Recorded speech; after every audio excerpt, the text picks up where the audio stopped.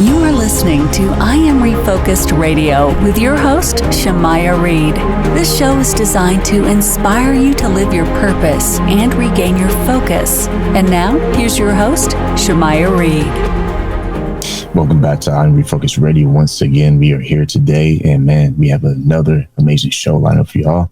Today, we're going to dive into the powerful conversation with Reginald Martin. He's the founder of Kametaphysics, a framework that helps people break free from hidden programming of performance, people pleasing, and burnout.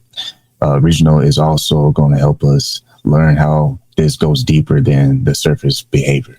His focus is on soul's operating system, those inherited scripts from culture, religious practices, and also a family that might be quietly driving your identity and self-worth. So without further ado, I want to say to you, Mr. Martin, thank you for your time, man. How you doing? Hey, I'm doing great. Thank you for having me here. I'm really glad to be here. Let's dive into this right away.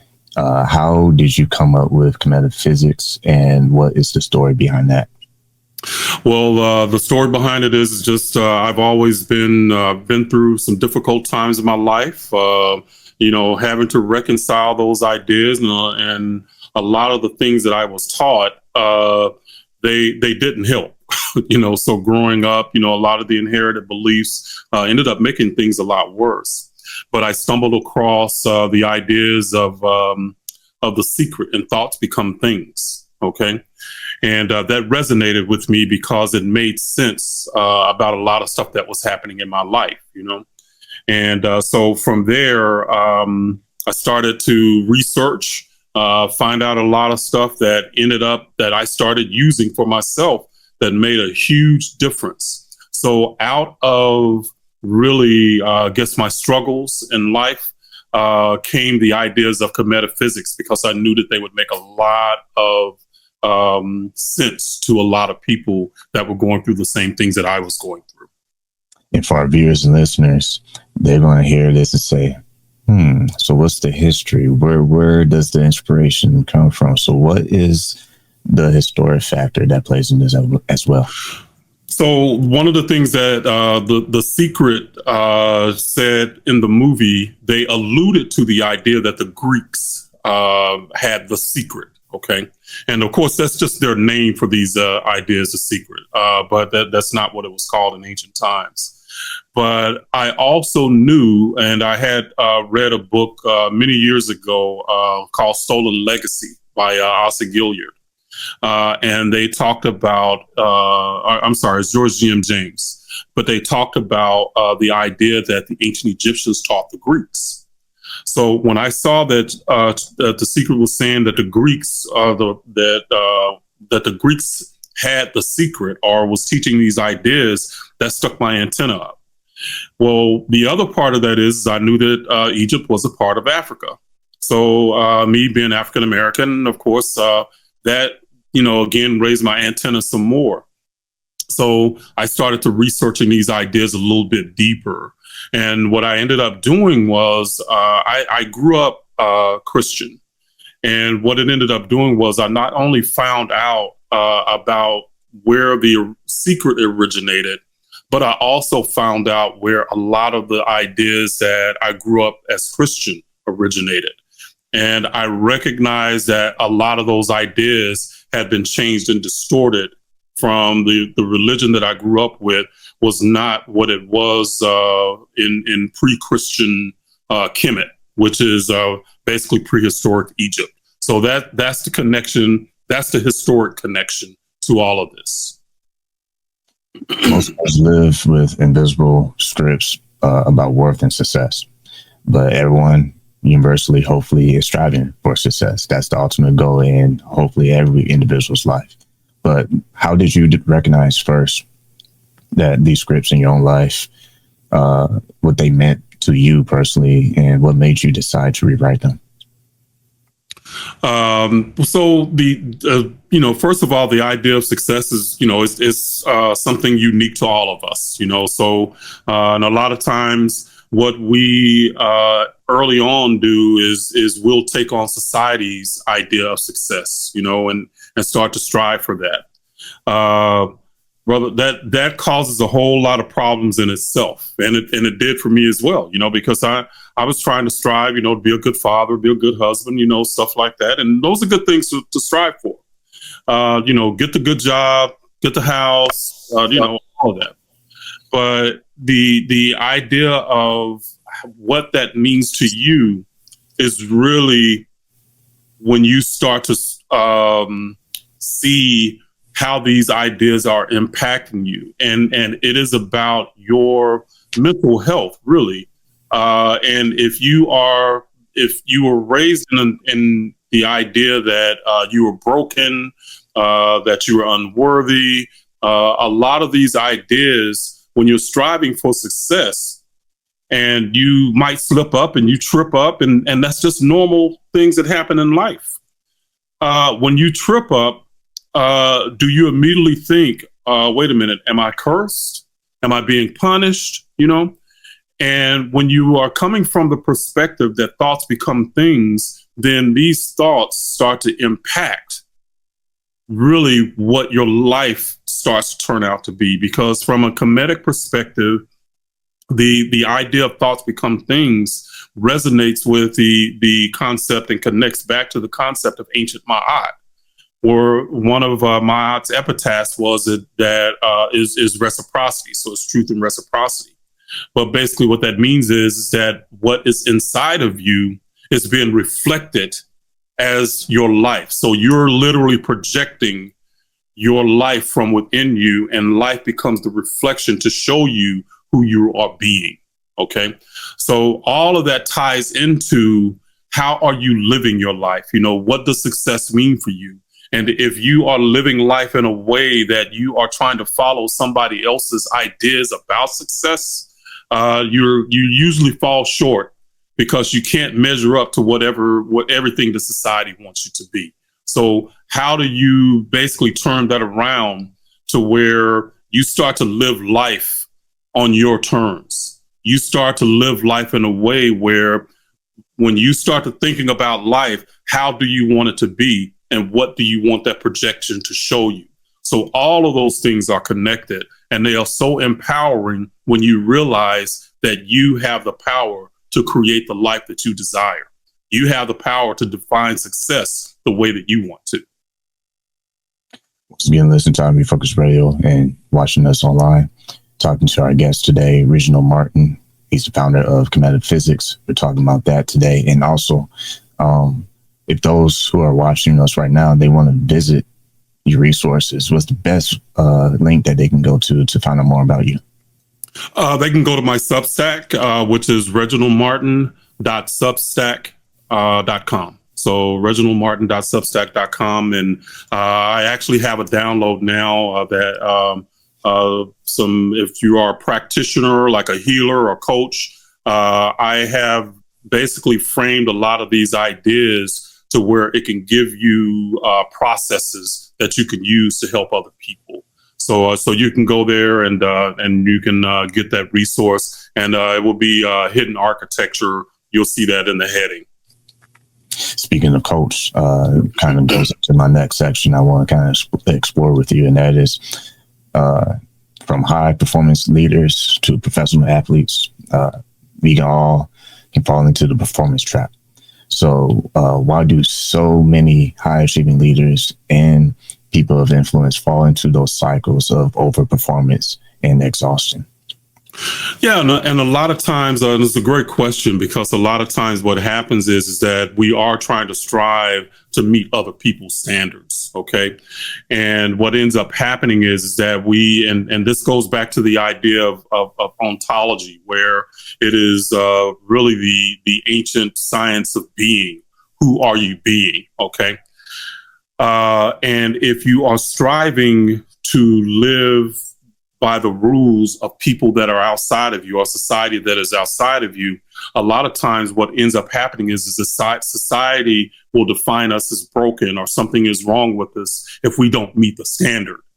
And as soon as you start to define yourself by these rules, these outside, how can I say, the outside standards, that's where the trouble comes. Because then it's not about what you feel and what you believe about you, or even what you believe that you should achieve. It starts to be that society standards, your family, your job. If you're on the job and you start to become a workaholic because you're trying to meet all the deadlines and everything that they heap up on you, and you're trying to live in a way that pleases them, but you end up zapping your energy. You end up zapping your strength because you are living in a way that you're giving away your time, your energy to something outside yourself, and in a way that you can't please that other entity or those other people, So when you're talking about leaders and high performance leaders, one of the biggest things that they need to do is to learn how to really define life on their terms. Okay. Find out what that means for you. And a lot of times what happens is that can go against what society expects.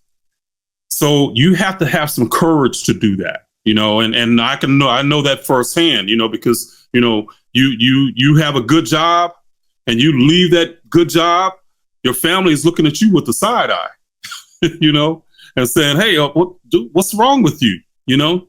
Well, the good job wasn't fulfilling. It wasn't lighting me up from within. So I decided that I wanted to do something that could help humanity, but would also light me up from within. So what ends up happening is that what excites me ends up being the thing that I start to produce things. I start to create things, courses, classes, and stuff like that. That excites me. And from my excitement, other people are able to benefit from it. So just me being me helps humanity in a way.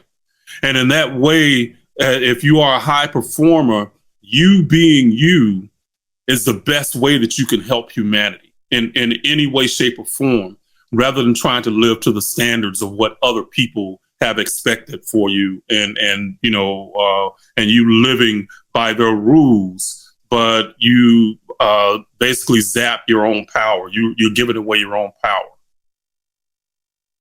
And for those who are listening, watching us, one may think that at the same time, you can say that there are particular standards that are universal, like maybe universal principles. Like when you build your foundation, there's certain things that you almost can't ignore. Because I like what you said earlier about defining. Everyone has their own definition of success. Mm-hmm. Everyone has a whole definition of what lights them up. What would you say to someone who's listening and say, here's something you can use as a practice principle from the Kametaphysics perspective, looking through that lens, as they are finding the right pace, happy medium, if you will, when it comes to performing in a high level? Yeah, no, and that's a great question, because, and again, this is born from life experience, and what I found was a lot of people would have the same experiences I have. And having lived life, one of the things that and this is a tool, a process that you can use, okay, to kind of calibrate yourself, to give yourself a track to run on in a way. But one of the things that happened for me is that, I being an entrepreneur, man, you go through ups and downs. You get depressed. You think the world is going against you. You have all of these things happening, when you're an entrepreneur, because you're not punching a clock and somebody's saying, okay, once you put in some hours, you're going to get a paycheck. As an entrepreneur, it doesn't work that way. If you don't produce, you don't eat, So from that perspective, things can start to kind of go in haywire. And then when they do, we can get depressed, and we can get down. We can get down on ourselves. But one of the things that I learned how to do was to right the ship. I had to find something that lit me up from within, something that brought happiness and joy, something that I could do in a day, or in just really in a minute or a moment of time, that would just bring some light into that darkness that dark place that I was in. So I would say for a person that is, so as a process, one of the simplest things you can do is when you're having those difficult times is to find something that brings you joy, and you let joy be the guide. Okay. And in that sense, what you're doing then is that you're allowing your vibrational state to really start to be the guidance system for when you are on the right path. Because when you're in joy, then you are connected to your soul level experience. Okay. You are connected to the essence of who you are. So when you're in joy, you're aligned. Okay. And you're aligned at that point. If you're depressed, you're misaligned. So that's just a simple way of a process of really helping you to understand when you're on your path. You might not even know where you're going to end up, but as long as you're operating through your joy, you're on your right path, and something will show up along the way that will help direct you, or you find that purpose that you might have been looking for, if that makes sense. Like you said, purpose, man, because that is something heavy that we push on this show. Is every day we have a chance to refocus on our goals, but our goals without a purpose, it's just noise. That purpose is the anchor that keeps you going on the bad days. Absolutely. So Absolutely. That purpose is going to hold you tight and say, hey, just hold on a little bit longer. It eventually get better. Really. And that's the truth, because when you are really, and that's why I say, when you're following your joy, you might not know where that purpose is going to take you. Okay. You might not know what that is in the moment, but if you're following your joy, if you're doing the things that light you up from within, you're on your path. You're aligned automatically. You might not know where it's going to end up, but if you're aligned and you're feeling joyful, then you're on the path to your purpose.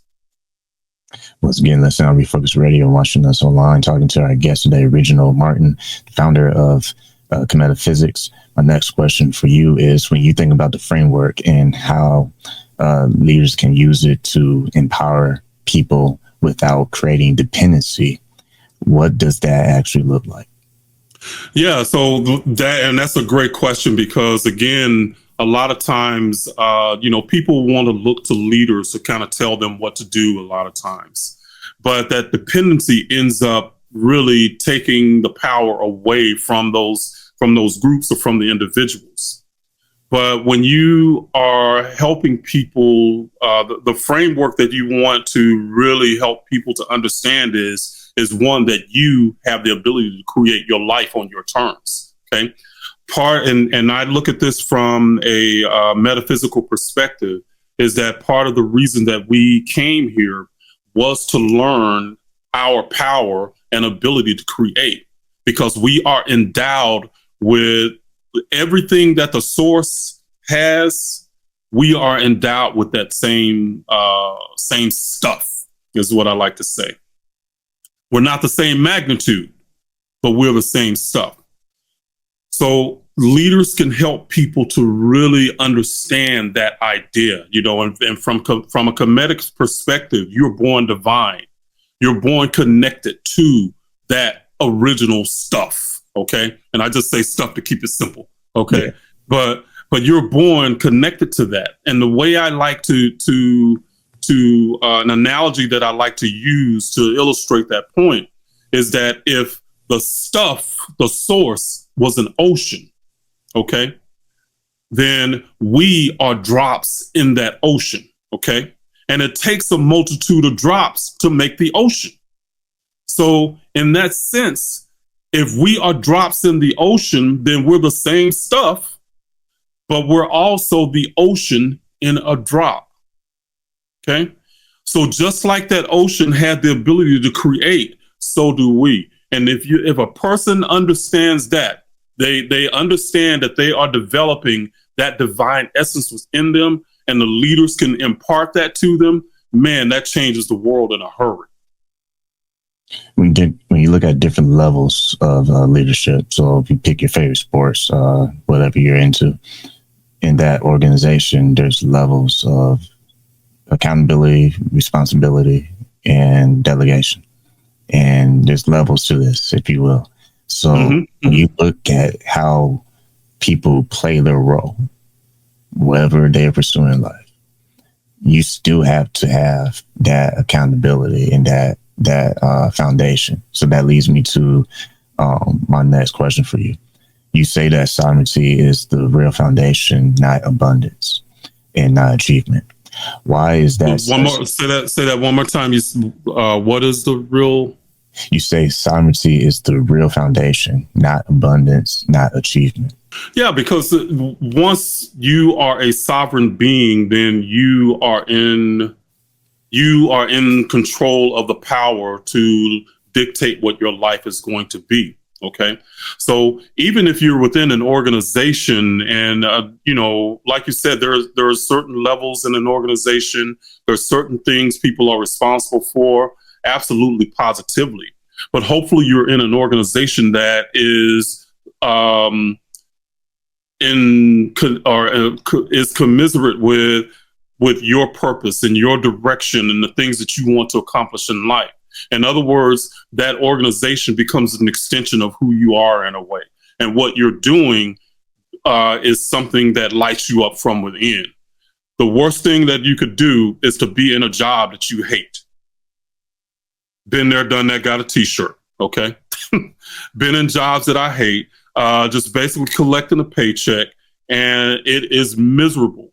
And when you are in that state, you are misaligned.